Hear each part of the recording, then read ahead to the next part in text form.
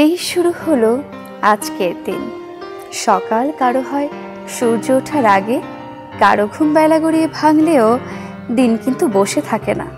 সকালেই তাই আপনাদের সাথে নিয়ে শুরু করতে চাই একটি চমৎকার দিন। আমরা মনে করি প্রতিটি দিনই সবচেয়ে সেরা, তাই দিনটি আরো সুন্দর হয়ে উঠুক সবার জন্যে। শুভ সকাল, আমন্ত্রণ কেওয়াই স্টিল নিবেদিত সকাল 24-এ। আজ বুধবার 15 জ্যৈষ্ঠ 1431 বঙ্গাব্দ, 29 মে 2024 খ্রিস্টাব্দ। আপনাদের সাথে রয়েছি আমি সারিকা তাবাসসুম। দর্শক, চলুন না আজও আয়োজনের শুরুতে এই পত্রিকার প্রথম পাতায় একটু চোখ বুলিয়ে জেনে নেওয়া যাক আজকের দিনের সব প্রধান শিরোনামগুলো। হাতে রয়েছে বেশ কয়েকটি পত্রিকা, আমরা সমকাল দিয়ে শুরু করব। স্ত্রী সন্তান সহ দুদকে তলব বেনজিরকে, জ্ঞাত আয় বহির্ভূত সম্পদ বিও অ্যাকাউন্ট অবরুদ্ধ, সম্পদ জব্দের প্রক্রিয়া শুরু, বিদেশ যাত্রায় নিষেধাজ্ঞা চাওয়া হবে শিগগিরই। সঞ্জীভার সেপটিক ট্যাঙ্কে মিলল লাশের খণ্ডাংশ, দুই দেশের মামলা চলবে একই অপরাধে। যশোরে গ্রেপ্তার শিমুলের সহযোগী সাইফুল। ঝিনাইদহ 4 আসনের সংসদ সদস্য আনোয়ারুল আজিম আনারের মেয়ে মুমতারিন ফেরদৌস ডরিনের একটি বক্তব্য অনেকের হৃদয় ছুঁয়ে গিয়েছিল। তিনি বলেছিলেন, বাবার লাশের ছোট্ট টুকরা হলেও স্পর্শ করতে চাই। এতদিন কলকাতার নিউ টাউনের সঞ্জীবা গার্ডেন্সের যে ফ্ল্যাটে আজিমকে নৃশংস কায়দায় হত্যার কথা জড়িতরা বলে আসছিল, এবার সেখানকার সেপটিক ট্যাঙ্কে মিলল লাশের টুকরো। দর্শক, আমরা চলে যাব প্রথম আলোতে। বেরিয়ে আসছে রিমালের ক্ষত। খুলনা বিভাগের 10 জেলায় 1,32,784টি পরিবার গৃহহীন হয়ে পড়েছে। বরিশাল বিভাগে প্রাথমিক হিসেবে কৃষি খাতে 508 কোটি টাকার ক্ষয়ক্ষতি হয়েছে। মৃতের সংখ্যা বেড়ে 20। দুই বিভাগের 263টি স্থানে 41 কিলোমিটার বেড়িবাঁধ বিধ্বস্ত, অনেক এলাকা বিদ্যুৎহীন। ঋণের সুদই দিতে হবে 1.25 লাখ কোটি টাকা। আগামী অর্থ বছরে দেশি ঋণের সুদ 1,08,000 কোটি ও বিদেশি ঋণের সুদ 20,000 কোটি টাকা বরাদ্দ রাখা হতে পারে। দর্শক, আমরা চলে যাব কালের কণ্ঠে। 14 পাইলট নিয়োগে অনিয়ম প্রমাণিত। 2 বছর আগে বিমান বাংলাদেশ এয়ারলাইন্সের বোয়িং 777-300 বিমান উড্ডয়নের জন্য চুক্তিভিত্তিক 14 জন পাইলট নিয়োগের অনিয়মের সত্যতা পেয়েছে বেসামরিক বিমান পরিবহন ও পর্যটন মন্ত্রণালয়ের গঠিত তদন্ত কমিটি। তদন্ত কমিটি সম্প্রতি হাইকোর্টে প্রতিবেদন দাখিল করেছে। আজ এর উপর শুনানির দিন ধার্য আছে। বিমান বলছে নিয়ম নীতির ব্যত্যয় হয়নি। বাংলাদেশের ভেতর দিয়ে ট্রেন চালাতে চায় ভারত। প্রথমে একটি ট্রেন পরীক্ষামূলক চালানোর প্রস্তাব। দর্শনা দিয়ে ঢুকে চিলাহাটি দিয়ে ট্রেন ভারত নিতে চায়। বিনিময়ে ভুটান সীমান্তে ভারতের হাসিমারা পর্যন্ত রেললাইন চাইবে বাংলাদেশ। যাত্রীবাহী ট্রেন নাকি পণ্যবাহী ট্রেন চালাবে প্রস্তাবে নেই। দর্শক, এবারে আমরা একটু দৈনিক ইত্তেফাকের শিরোনামগুলো দেখে নেব। জলোচ্ছ্বাসের ছোবলে সুন্দরবনে বিপুল প্রাণের ক্ষয়। ঘূর্ণিঝড় রিমালের তাণ্ডব ও জলোচ্ছ্বাসে সুন্দরবনের হরিণ সহ বন্যপ্রাণীর ব্যাপক প্রাণহানির আশঙ্কা করছে বন বিভাগ। ঝড়ের পর 39টি মৃত হরিণ ও একটি বন্য শূকর সুন্দরবন থেকে উদ্ধার করা হয়েছে। এছাড়া জলোচ্ছ্বাসের কারণে সুন্দরবনের মিষ্টি পানির আধার শতাধিক পুকুর লবণাক্ত পানিতে প্লাবিত হয়েছে। ফলে সুন্দরবন বন বিভাগের কর্মকর্তা কর্মচারী, বনজীবী ও বন্য প্রাণীদের সুপেয় পানির তীব্র সংকট দেখা দিয়েছে। 1/2 কোটির বেশি গ্রাহক এখনো বিদ্যুৎ বিচ্ছিন্ন। ঘূর্ণিঝড় রিমালের আঘাতজনিত প্রভাবে গত সোমবার দেশের 3 কোটির বেশি গ্রাহক বিদ্যুৎ সংযোগ বিচ্ছিন্ন হয়ে পড়েছে। দর্শক, সবশেষে আমরা বণিক বার্তা শিরোনামগুলো দেখে নেব। রিজার্ভে পতন ও মার্কিন বিধিনিষেধ বিদেশি বিনিয়োগে ক্ষত তৈরি করছে। বাংলাদেশে প্রত্যক্ষ বিদেশি বিনিয়োগে এমন মন্দা ভাব আগে কখনো দেখা যায়নি। এমনকি কোভিডের সময়ও দেশে বিদেশি বিনিয়োগের ধারাবাহিকতায় ছন্দপতন ঘটেনি। কিন্তু বাংলাদেশের একটি প্রতিষ্ঠান ও কিছু ব্যক্তির উপর মার্কিন নিষেধাজ্ঞা ঘটনা বৈশ্বিক বিনিয়োগকারীদের মাঝে হলুদ সংকেত দেয়। প্রায় 800 গবাদি পশু ও 2.25 লাখ হাঁস মুরগির মৃত্যু। দেশের উপকূলীয় জেলাগুলোর সামনে আসছে ঘূর্ণিঝড় রেমালের আঘাতের চিহ্ন। বহু এলাকায় বাঁধ ভেঙে লোকালয়ে ঢুকে পড়েছে জোয়ারের পানি, ভেঙেছে অনেক রাস্তাঘাটও। ফিলিস্তিনকে স্বীকৃতি দিল স্পেন, নরওয়ে, আয়ারল্যান্ড। ফিলিস্তিনকে রাষ্ট্র হিসেবে স্বীকৃতি দিয়েছে আয়ারল্যান্ড, নরওয়ে ও স্পেন। ইউরোপের এই 3 দেশ বলছে ফিলিস্তিন ও ইসরায়েলের মধ্যে শান্তি প্রতিষ্ঠার লক্ষ্যে এই সিদ্ধান্ত নেওয়া হয়েছে। দর্শক, এই ছিল আজকের দিনের প্রধান শিরোনামগুলো। এবার একটু আমরা আবহাওয়া বার্তায় চলে যাব, দেখে নেব আজকের দিনের আবহাওয়ার পূর্বাভাসগুলো কোন জেলায় কেমন আবহাওয়া পরিস্থিতি বিরাজ করবে। সেই সাথে গেল 24 ঘন্টার তাপমাত্রার রেকর্ডও আমরা জেনে নেব। ঢাকায় আজ সর্বোচ্চ তাপমাত্রা রেকর্ড করা হয়েছে 34.4 ডিগ্রি সেলসিয়াস, সর্বনিম্ন 25 ডিগ্রি সেলসিয়াস। রাজশাহীতে সর্বোচ্চ 34.6, সর্বনিম্ন 25 ডিগ্রি সেলসিয়াস। রংপুরে সর্বোচ্চ 37 ডিগ্রি সেলসিয়াস, সর্বনিম্ন 25 ডিগ্রি সেলসিয়াস। ময়মনসিংহে সর্বোচ্চ 33.1, সর্বনিম্ন 25 ডিগ্রি সেলসিয়াস। সিলেটে সর্বোচ্চ 28.2, সর্বনিম্ন 25 ডিগ্রি সেলসিয়াস। চট্টগ্রামে সর্বোচ্চ 31.1, সর্বনিম্ন 27 ডিগ্রি সেলসিয়াস। খুলনায় সর্বোচ্চ 33.5, সর্বনিম্ন 25.6। বরিশালে সর্বোচ্চ 31.6, সর্বনিম্ন 25.8। দেশের সর্বনিম্ন তাপমাত্রা বান্দরবানে 24 ডিগ্রি সেলসিয়াস, আর দেশের সর্বোচ্চ তাপমাত্রা রংপুরে 37 ডিগ্রি সেলসিয়াস। আজ ময়মনসিংহ ও সিলেট বিভাগের কিছু কিছু জায়গায় এবং রংপুর, ঢাকা ও চট্টগ্রাম বিভাগের 2-1 জায়গায় অস্থায়ীভাবে দমকা ঝোড়ো হাওয়া সহ হালকা থেকে মাঝারি ধরনের বৃষ্টি, বজ্রবৃষ্টি হতে পারে। সেই সাথে দেশের কোথাও কোথাও অস্থায়ীভাবে আংশিক মেঘলা আকাশ সহ আবহাওয়া প্রধানত শুষ্ক থাকতে পারে। সারা দেশে দিন এবং রাতের তাপমাত্রা 1 থেকে 3 ডিগ্রি সেলসিয়াস বৃদ্ধি পেতে পারে। দর্শক, ঘূর্ণিঝড় রিমালের তাণ্ডবে চরম দুর্দশায় উপকূলবাসী। নিম্নাঞ্চল তলিয়ে যাওয়ায় 3 দিন ধরে পানিবন্দী লাখ লাখ মানুষ। জোয়ারের পানিতে প্লাবিত হয়েছে বসতবাড়ি, ফসলের জমি। এছাড়া বেশ কিছু জায়গায় বাঁধ উপচে পানি ঢুকছে লোকালয়ে, উপড়ে গেছে গাছপালা। বিদ্যুৎ সংযোগ বিচ্ছিন্ন থাকায় বেড়েছে দুর্ভোগ। দর্শক, ক্ষয়ক্ষতির আরও খবর আমরা জানবো। আমরা একটু ভোলায় চলে যাব। ভোলা থেকে যুক্ত হচ্ছেন সহকর্মী আদিল হোসেন তপু। ঘূর্ণিঝড় রিমাল অতিক্রম করে গেলেও এর রেশ যেন কেটে ওঠেনি এখনো। ভোলাবাসীর এখন কি অবস্থা, কোনো ধরনের ত্রাণ সহায়তা তারা পেয়েছে কিনা, এসব নিয়ে আমাদের একটু জানাবেন। শারিকা, ঘূর্ণিঝড় রিমাল কিন্তু উপকূলীয় অঞ্চলে স্থলভাগে প্রায় 40 ঘন্টার মতো অবস্থান করেছিল। এর ফলে কিন্তু এর ঝড়ো বাতাস, প্রচন্ড বাতাসে কিন্তু এবং পানি বৃদ্ধি পাওয়ার কারণে উপকূলে কিন্তু অনেক ক্ষয়ক্ষতি হয়েছে। এর বাইরে নয়, দ্বীপ জেলা ভোলা, এই জেলায় ঘূর্ণিঝড় রিমেলের প্রভাবে কিন্তু প্রচুর ক্ষয়ক্ষতি হয়েছে। সরকার হিসাবে জেলা প্রশাসনের সাথে আমি কথা বলেছিলাম, তারা যেটি জানিয়েছিলেন যে ভোলা জেলায় প্রায় 5,000-এর মতো ঘর বাড়ি ক্ষতিগ্রস্ত হয়েছে এবং আংশিক পুরো ক্ষতিগ্রস্ত হয়েছে 2,465টির মতো। এছাড়াও পুকুর এবং মাছের প্রায় 900-র মতো পুকুর এবং মাছের কিন্তু মাছ চলে গিয়েছে এই পানি বৃদ্ধি পাওয়ার কারণে, এবং সেতে কিন্তু কোটি টাকা ক্ষয়ক্ষতি হয়েছে। এছাড়া ফসলের ক্ষতি হয়েছে, সরিষার ক্ষতি হয়েছে। তারা বলেছেন বিশেষ করে উপকূলের যে বাঁধ, যেই টেকসই বেড়ি বাঁধ যেটিকে উপকূলবাসীকে রক্ষা করে থাকে, সেই বাঁধ প্রায় 13 কিলোমিটার, মনপুরা থেকে শুরু করে দৌলতখানে প্রায় 13 কিলোমিটার। এর ফলে কিন্তু এই ক্ষতি চিহ্ন এখনো বয়ে বেড়াচ্ছে উপকূলের মানুষ। এবং সবচেয়ে বেশি যেসব ঘরগুলো ক্ষতিগ্রস্ত, প্রচন্ড বাতাসের কারণে এই রিমেলের বাতাস যেখানে 65 থেকে 80 মধ্যে থাকার কথা, সেটি কিন্তু 90 থেকে 120 মিটার গতিবেগে কিন্তু প্রচন্ড বাতাস ছিল। এর ফলে কিন্তু বিভিন্ন জায়গায় বিভিন্ন ঘর ক্ষতিগ্রস্ত হয়েছে। আমরা আছি এই মুহূর্তে আলীনগরে, সেই জায়গাটিতে কিন্তু একটি ঘর একদম বিধ্বস্ত হয়ে গেছে গাছ পড়ে, এবং সেখানে কিন্তু মানুষ এখন খোলা আকাশের নিচে আছেন। এবং সেই জায়গাটিতে যারা এখানে যারা ক্ষতিগ্রস্ত হচ্ছেন তাদের পাশে কিন্তু বিবা নামে একটি সংগঠনের পক্ষ থেকে তারা এখানে সহযোগিতার হাত বাড়িয়েছেন। এছাড়াও প্রশাসনের পক্ষ থেকে তারাও কিন্তু যারা ক্ষতিগ্রস্ত হচ্ছেন তাদের তালিকা করে তাদের পাশে সহযোগিতা করছেন। আমরা একটু এখানে কথা শুনবো যে আপনাদের এখানে এই যে ঘরদোর ক্ষতিগ্রস্ত হয়েছে, কি অবস্থা এখন?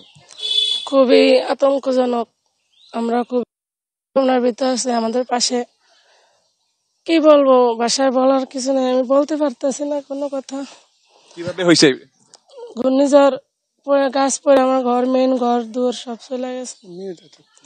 আমার মেয়েটা আর অল্প একটু সময় যদি ঘরে থাকতো, মেয়েটা আমার মারা যেত। আমি ডাক দেওয়ার সাথে সাথে মেয়ে আমার কাছে চলে গেছে, আর কিছুক্ষণের মধ্যে চোখের পলকে ঘরটা পড়ে গেছে।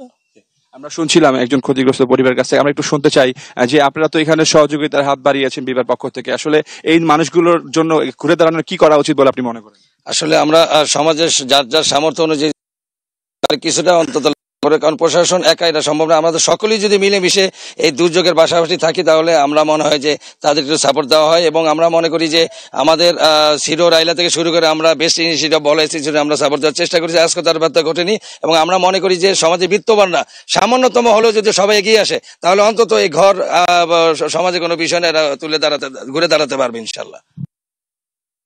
ভোলার কিন্তু বিচ্ছিন্ন যে এলাকাগুলো আছে, বিশেষ করে ঢালচর, পাতিলা, মনপুর একটি উপজেলা সহ চর জহিরুদ্দিন, ভোলার মাঝের চর, রামদাসপুর, এসব জায়গায় কিন্তু প্রচুর ক্ষতি হয়েছে। কেন এই রিমিলের প্রভাবে কিন্তু পানির কিন্তু প্রচন্ড পানি ছিল, বিপদ সীমার উপর দিয়ে বয়ে যাওয়ার কারণে এইসব এলাকায় সবচেয়ে বেশি ক্ষতিগ্রস্ত হচ্ছে। ঢালচরের কথা না বলি না, একটি সাগর মোহনার ইউনিয়ন, সেই ইউনিয়নে প্রায় প্রতিটি ঘরে একদম বলা যায় যে মাটির সাথে মিশে গেছে। এবং ক্ষতিগ্রস্তরা তারা বলছেন, তাদের সাথে আমরা কথা বলেছিলাম, তারা বলছেন সরকারিভাবে কিন্তু এখন পর্যন্ত তাদের কোনো সহযোগিতা কোনো হাত বাড়াই দেয়নি। তবে শুকনো খাবার নিয়ে বিভিন্ন সামাজিক সংগঠন, এনজিও তারা কিন্তু গিয়েছেন। বেসরকারি হিসাবে 5 জনের মতো মারা গেছেন। যারা মারা গেছেন তাদেরকে সরকারি পক্ষ থেকে 10,000 টাকা করে সহযোগিতা করা হয়েছে। এবং আমরা যারা ক্ষতিগ্রস্ত তারা চাচ্ছেন দ্রুত এই যে ক্ষতিগ্রস্তদের রিকভারি করার জন্য তাদের পাশে দাঁড়ানো হোক। তো ভোলার ঘূর্ণিঝড় রিমেলের ক্ষতিগ্রস্তের এই ছিল আমার কাছে সর্বশেষ। আদিল হোসেন তপু, আপনাকে ধন্যবাদ। দর্শক, ঘূর্ণিঝড় রিমালের তাণ্ডবে ভোলাবাসীর দুর্ভোগের কথা আমরা জানছিলাম। এবার একটু আমরা পটুয়াখালীর খবর নিয়ে আসবো। পটুয়াখালী থেকে যুক্ত হচ্ছেন সহকর্মী এম কে রানা। ঘূর্ণিঝড় রিমাল পটুয়াখালীর দিকে সবচেয়ে বেশি স্থায়ী হয়েছিল, তো এখন সেখানকার কি অবস্থা? জলাবদ্ধতা কিছুটা হলেও কেটেছে কিনা? হ্যাঁ সারিকা, আপনাকে জানিয়ে রাখি যে গত 26শে মে কিন্তু ঘূর্ণিঝড় রেমালের প্রভাবে কিন্তু আসলে পটুয়াখালী জেলায় কিন্তু ব্যাপক ক্ষয়ক্ষতি হয়েছে। সেই ক্ষয়ক্ষতি সবথেকে বেশি হয়েছে কিন্তু কলাপাড়া উপজেলায়। সেই কলাপাড়া উপজেলায় আমি দেখেছি আসলে যে বিভিন্ন জায়গায় ভেরিবাঁধ ভেঙে কিন্তু লোকালয় প্লাবিত হয়েছে। এই ভেরিবাঁধ ভাঙার ফলে কিন্তু উপকূলীয় মানুষ কিন্তু আসলে সব সময় কোনো ঝড় ঝঞ্ঝাট আসলে কিন্তু একটা আতঙ্কের ভিতর দিন কাটায়। তাদের একটা সংবাদ ছিল যে সকাল 6টা থেকে সন্ধ্যা 6টার ভিতরে ঘূর্ণিঝড় রেমাল আঘাত হানবে, কিন্তু পরবর্তীতে যখন সন্ধ্যার পরে আঘাত হানার খবরটা সাধারণ মানুষ শুনতে পেয়েছে, কিন্তু তারপরে থেকেই তাদের আতঙ্ক কিন্তু বৃদ্ধি পেয়েছিল। কারণ রাতের যে অন্ধকার, সেই অন্ধকার যদি কোনো ধরনের ঘূর্ণিঝড় বা কোনো ঝড় আঘাত হানে সেক্ষেত্রে ক্ষতির পরিমাণটা কিন্তু অনেকাংশে বেড়ে যায়। আর বিশেষ করে গত 3 দিন পর্যন্ত এখনও কিন্তু আসলে পটুয়াখালীর উপজেলা লেভেলগুলোতে পল্লী বিদ্যুতের কোনো ধরনের বিদ্যুৎ সংযোগ কিন্তু এখনও পায়নি কিন্তু গ্রাহকরা, ফলে কিন্তু মানবতার জীবনযাপন করছে। এছাড়া পটুয়াখালী জেলায় কিন্তু ফসলের ক্ষেত, মাছের ঘের এগুলো কিন্তু তলিয়ে গেছে, ফলে কিন্তু আসলে ক্ষতির সম্মুখীন হচ্ছে কৃষি এবং মৎস্য চাষিরা, সবথেকে বেশি ক্ষতি হয়েছে। এছাড়া কিন্তু ত্রাণের কথা যদি বলতে হয়, যে বিভিন্ন চরাঞ্চলের যে মানুষগুলো আছে সেই মানুষগুলোর হাতে কিন্তু এখনও ত্রাণের কোনো সহযোগিতা পৌঁছেনি। হয়তো স্থানীয় বিত্তবান যারা আছে হয়তো তাদের সহযোগিতা তারা হয়তো এখনো টিকে আছে, তবে সরকারের তরফ থেকে কিংবা ইউপি চেয়ারম্যান মেম্বারের তরফ থেকে কিন্তু তেমন কোনো সহযোগিতা পাননি বলে কিন্তু তারা এক ধরনের অভিযোগ করেছেন বারবার। আমি এখন দাঁড়িয়ে আছি কিন্তু লোহালিয়া ইউনিয়নে। এই আপনি আমার পিছনে কিন্তু দেখতে পাচ্ছেন আসলে সেই ডালের ক্ষেত এবং তিলের ক্ষেত ছিল, সেই ক্ষেত কিন্তু এখন পানির সমুদ্রে পরিণত হয়েছে, নদীতে পরিণত হয়েছে। আসলে এখানে কিছুদিন আগেও সেখানে ফসলের ক্ষেত ছিল, সেই ক্ষেত এখন কিন্তু ক্ষেত বোঝার কোনো উপায় নেই। আসলে এখন দেখলে মনে হয় যেন কোনো একটা নদী বয়ে গেছে। আসলে এমনই অবস্থা পটুয়াখালীর বিভিন্ন এলাকার চিত্র যদি দেখা যায়।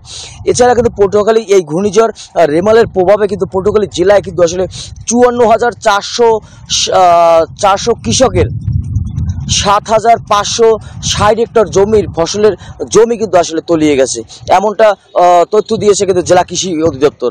এছাড়া কিন্তু জেলায় এতে কিন্তু আপনার জেলায় প্রায় 27 কোটি 20 লক্ষ টাকার ক্ষতির কথা বলেছে জেলা কৃষি বিভাগ। এর মধ্যে কিন্তু আউশের বীজতলা, কলা, পেঁপে সব থেকে বেশি ক্ষতিগ্রস্ত হচ্ছে যে পেঁপে এবং কলার বাগান।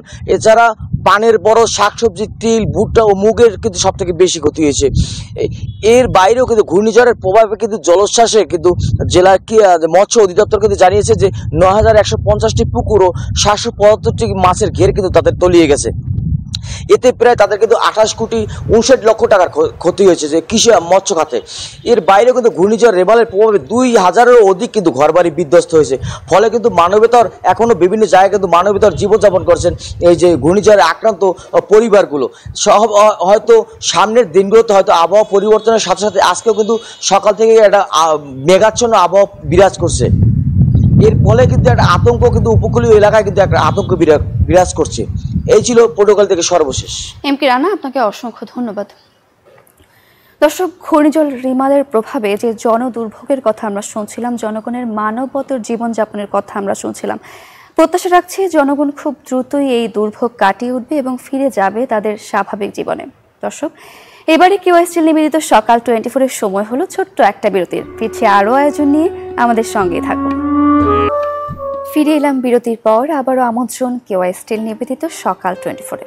দর্শক, আয়োজনের এই পর্যায়ে জন্মদিনের শুভেচ্ছা না জানালেই নয়। আজ 29 মে, আজকের এই দিনটি আপনাদের কিংবা আপনাদের প্রিয়জনের, যাদের আজ জন্মদিন, তাদেরকে সকাল 24-এর পক্ষ থেকে জানাই অনেক অনেক শুভেচ্ছা। এবারে আমরা জানবো আপনাদের সাথে সাথে আজকের এই দিনে কোন কোন বিশিষ্ট ব্যক্তি জন্ম নিয়েছেন, তাদের শুভেচ্ছা জানাবো। সেই সাথে তাদের কয়েকটি বিখ্যাত কাজ নিয়েও আমরা জেনে নেব। 1865 সালের আজকের এই দিনে জন্মগ্রহণ করেন বাঙালি সাহিত্যিক রামানন্দ চট্টোপাধ্যায়। তিনি প্রবাসী ও মডার্ন রিভিউ পত্রিকাদ্বয়ের সম্পাদক হিসেবে বিশেষভাবে খ্যাতিমান ছিলেন। উপরন্তু তিনি ধর্মবন্ধু, দাসী, প্রদীপ এবং মুকুল এই 4টি পত্রিকার সম্পাদক হিসেবেও দীর্ঘকাল কাজ করেছেন। বিশ্বকবি রবীন্দ্রনাথ ঠাকুরের সঙ্গে তার বিশেষ ঘনিষ্ঠতা ছিল। পত্রিকার সম্পাদনা ছাড়াও তিনি বেশ কিছু বাংলা ও ইংরেজি গ্রন্থের প্রণেতা। 1836 সালের আজকের এই দিনে জন্মগ্রহণ করেন অস্ট্রিয়া বংশোদ্ভূত মার্কিন শিল্প ইতিহাসবিদ ও কিউরে ডক্টর স্টেলা ক্রামব্রিশ। বিংশ শতকের 3 দশকের বেশিরভাগ সময়ে ভারতীয় শিল্পের একজন শীর্ষস্থানীয় বিশেষজ্ঞ ছিলেন তিনি। 3 মহাদেশে 6 দশকেরও বেশি সময় ধরে ভারতীয় শিল্পকলার ইতিহাস নিয়ে গবেষণা ও শিক্ষা প্রদান করে এক দৃষ্টান্ত স্থাপন করেছেন। 1941 সালের আজকের এই দিনে জন্মগ্রহণ করেন বাংলাদেশি কবি, কলাম লেখক, সাহিত্য সম্পাদক ও মুক্তিযোদ্ধা অরুণাভ সরকার। কবিতায় অবদানের জন্য তিনি 2009 সালে বাংলা একাডেমি সাহিত্য পুরস্কার লাভ করেন।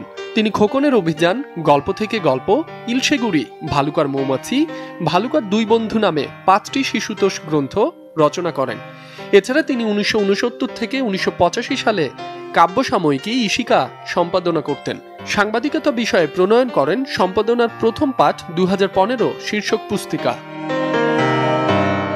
1952 সালের আজকের এই দিনে জন্মগ্রহণ করেন বাংলাদেশি অভিনেতা হুমায়ুন ফরিদী। তিনি মঞ্চ, টেলিভিশন ও চলচ্চিত্র অভিনয়ের জন্য খ্যাতি অর্জন করেন। 1980-র দশকের মাঝামাঝি সময়ে ফরিদী চলচ্চিত্র জগতে আগমন করেন। তাকে বাংলা চলচ্চিত্রের একজন কিংবদন্তি অভিনেতা হিসেবে বিভিন্ন মাধ্যমে উল্লেখ করা হয়। 2018 সালে বাংলাদেশ সরকার তাকে দেশের 2য় সর্বোচ্চ বেসামরিক সম্মাননা 21 পদকে ভূষিত করে। 1993 সালের আজকের এই দিনে জন্মগ্রহণ করেন মার্কিন অভিনেত্রী এবং পেশাদার কাইট বোর্ডার মাইকা মনরো বাকলে। 2014 সালে মুক্তিপ্রাপ্ত রোমাঞ্চকর কাহিনী সমৃদ্ধ অধীরতামূলক মার্কিন চলচ্চিত্র দ্য গেস্ট এবং একই বছরে মুক্তি পাওয়া অতিপ্রাকৃত অধীরতামূলক মার্কিন চলচ্চিত্র ইট ফলোজের মতো সমালোচকদের দ্বারা বহুল প্রশংসিত 2টি চলচ্চিত্রে তার অভিনয়ের পরবর্তীতে তিনি স্ক্রিম কুইন নামেও পরিচিতি লাভ করেন। ফলের মৌসুম গ্রীষ্মকাল। অন্য ঋতুর তুলনায় গ্রীষ্মকালে ফল বেশি পাওয়া যায়, আর ফলের মধ্যে অন্যতম রসালো ফল লিচু, যা স্বাদে ও গুণে অতুলনীয়। দিনাজপুরের লিচুর জন্য বিখ্যাত। জমির উর্বরতার কারণে এ জেলায় দেশের সেরা লিচু উৎপন্ন হয়। এর সুনাম দেশ ছাড়িয়ে বিদেশ পর্যন্ত বিস্তৃত। দর্শক, দিনাজপুরের লিচুর আরও খবর আমরা জানবো। আমাদের সাথে যুক্ত হচ্ছেন সহকর্মী বিপুল সরকার। সানি, শুভ সকাল। বেশ কিছুদিন ধরেই পুরো দমে বাজার লিচু উঠতে শুরু করেছে, তো কেনা বেচা কেমন চলছে এবং দিনাজপুরের লিচুর বাজার দর কেমন? সারিকা, শুভ সকাল। আপনি যেমনটি বলছিলেন যে দিনাজপুরের লিচু আলাদা একটি সুখ্যাতি রয়েছে এবং দিনাজপুর জেলাটা এখন কিন্তু লিচুর জেলা হিসেবে পরিচিত। আমি যে বাজারে রয়েছে দিনাজপুর কালীতলা ফল মার্কেট, এই প্রতি বছরই এই মার্কেটে 6 থেকে 700 কোটি টাকার লিচু বেচা কেনা হয়। ইতিমধ্যে দিনাজপুরে লিচু উঠতে শুরু করেছে এবং আজকের বাজার দরটা যদি আমি আপনাকে জানাই, দিনাজপুরে আজকে চায়না থেকে লিচু বিক্রি হচ্ছে 7,500 থেকে 8,000 টাকা প্রতি হাজার। বেদানা লিচু বিক্রি হচ্ছে 5,200 থেকে 6,000 টাকা। মাদ্রাজি 1600 থেকে 3,500 টাকা। বম্বে 1400 থেকে 2,200 টাকা এবং হারিয়া বেদানা 3500 থেকে 45 টাকা হাজার দরে বিক্রি হচ্ছে। এবং এখানে যারা ক্রেতা বিক্রেতা রয়েছেন তারা বলছেন যে গত কয়েক বছর তুলনায় এবারে প্রথমেই যখন বাজারে নতুন করে বাজার লিচু উঠতে শুরু করছে, এই শুরুতেই কিন্তু বাজার দরটা অনেকটা বেশি, এটি তারা বলছেন এবং বলছেন যে এই বাজারটি আরো বেশি বেড়ে যেতে পারে, এটি বলা হচ্ছে। এবং এই যে লিচুগুলো আসতে শুরু করেছে এবং অধিকাংশ লিচু কিন্তু এখনো পরিপক্ক হয়নি, কিন্তু এবারে যে বেরূপ আবহাওয়া, লিচু ঝলসে যাচ্ছে, ফেটে যাচ্ছে, ফলে অনেকে ক্ষতির হাত থেকে বাঁচতে কিন্তু এই অপরিপক্ক লিচুগুলো নিয়ে আসতেছেন। এবং এই লিচুর যে দায়িত্বে হর্টিকালচার সেন্টারের কর্মকর্তারাও বলছেন যে এটি অপরিপক্ক, কিন্তু কৃষকরা আসলে কোনো লোকসানের হাত থেকে বাঁচতে এবারে লিচু আগে ভাগে উঠতে শুরু করেছেন। এবং আরেকটি বিষয় জানিয়ে রাখি যে গত কয়েক বছর ধরেই কিন্তু কৃষকরা, এই এলাকার যে কৃষকরা আছে তারা কিন্তু লিচুতে মোটামুটি লোকসান হচ্ছেন এই আবহাওয়ার কারণে বিশেষ করে। এবং গত কয়েক বছর ধরে লিচু ফেটে যাচ্ছে, যদিও কৃষি সম্প্রসারণ অধিদপ্তরের কর্মকর্তারা বলছেন যে এই যে লিচু ফেটে যাচ্ছে, ঝলসে যাচ্ছে, তার জন্য প্রয়োজনীয় পরামর্শ দেওয়া হচ্ছে, কিন্তু কৃষকরা বলছেন যে কোনো পরামর্শ আসলে কাজে আসছে না। আর এখানে যারা আমরা কয়েকজন ব্যবসায়ীর সাথে কথা বলেছি, তারা আমাদেরকে যে জানিয়েছেন যে দিনাজপুরের লিচু কিন্তু অন্যান্য জেলার যে লিচুগুলো রয়েছে সেই লিচুগুলো থেকে আলাদা সুখ্যাতি রয়েছে এবং এর একটু চাহিদাও কিন্তু বিভিন্ন জেলায় এই চাহিদাটা রয়েছে। ফলে তারা কিন্তু এই দিনাজপুরের লিচুর দিকেই বেশি তাকিয়ে থাকে এবং দিনাজপুরের লিচুই বেশি ব্যবসা করতে আগ্রহী। কিন্তু এবারে যে অবস্থা, তারা আসলে লিচু কিনতে পারছে না, অপরিপক্ক লিচুই অনেক বেশি দামে বিক্রি হচ্ছে, পরিপক্ক হলে এই লিচুর দামটা আরো অনেক বেশি বাড়বে, এটি তারা বলছেন। আরেকটি বিষয় যে দিনাজপুরের লিচু কিন্তু গত বছর ফ্রান্সে রপ্তানি হয়েছিল, এই বছরও দিনাজপুরের লিচু বিদেশে রপ্তানি করা হবে, এরকম একটা পরিকল্পনা নিয়েছে জেলা প্রশাসন। জেলা প্রশাসনের পক্ষ থেকে আমাদেরকে জানানো হচ্ছে, কিন্তু কবে নাগাদ এটি রপ্তানি করা হবে সেটি কিন্তু আমাদেরকে এখনো জানানো হয়নি। দিনাজপুরে প্রায় 5,800 হেক্টর জমিতে এবারে লিচু আবাদ হয়েছে এবং কৃষি সম্প্রসারণ অধিদপ্তরের যে তথ্যগুলো বলছে সেই তথ্যগুলোতে প্রতি বছরে এই আবাদের জমির পরিমাণ কিন্তু বাড়ছে। গত বছরের যে আবাদের জমির পরিমাণ ছিল, এই পরিমাণ থেকে এই বছরে প্রায় 150 হেক্টর জমির আবাদের জমির পরিমাণ বেড়েছে এবং প্রতিনিয়ত বিভিন্ন কৃষক এবং বাগানেরা এই লিচু বাগান করতে উৎসাহিত, লিচু গাছ লাগাতে উৎসাহিত হচ্ছে। সারিকা। বিপুল সরকার সানি, আপনাকে অসংখ্য ধন্যবাদ। দর্শক, তবে এই ছিল কেওয়াই স্টিল নিবেদিত সকাল 24 আজকের আয়োজন। দেখা হবে নতুন দিনে নতুন নতুন সব তথ্য আর আয়োজন নিয়ে। সেই পর্যন্ত ভালো থাকুন, সুস্থ থাকুন, শুভ সকাল।